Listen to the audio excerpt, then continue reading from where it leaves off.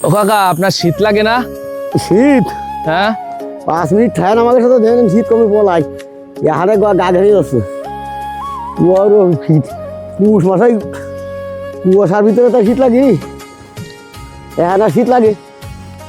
এখন তো ফাল্গুন মাসে শীত হবে।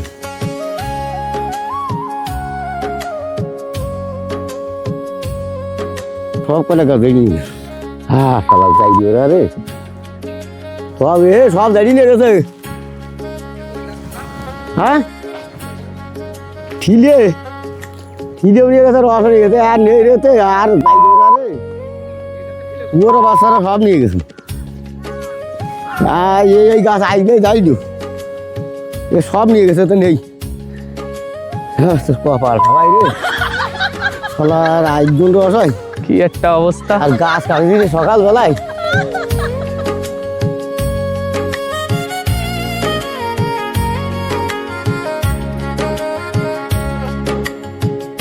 আসসালামু আলাইকুম দর্শক, আশা করছি আপনারা সকলেই ভালো আছেন।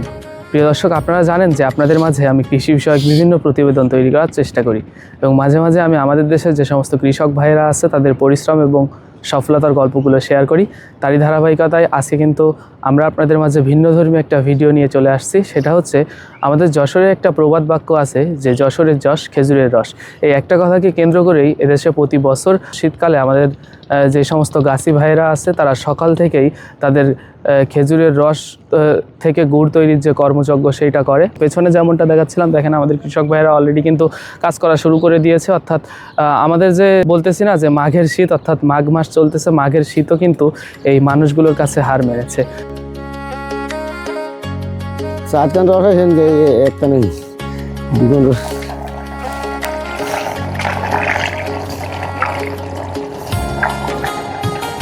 এই একবার হবে তাই তো দাদা?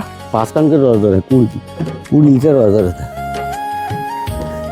একবার তো এক গাছে দেখছেন দাঁড়িয়ে না গেলে না দম পুড়িয়ে ওতে থুতি 4 খান রস হচ্ছে। আপনাদের প্রতিদিনের সকালের কাজ তো এইগুলোই না? প্রত্যেকদিন সকালের কাজ এই। আচ্ছা, আর এই গাছ পেড়িয়ে দিয়েছে মাঠে আসবো।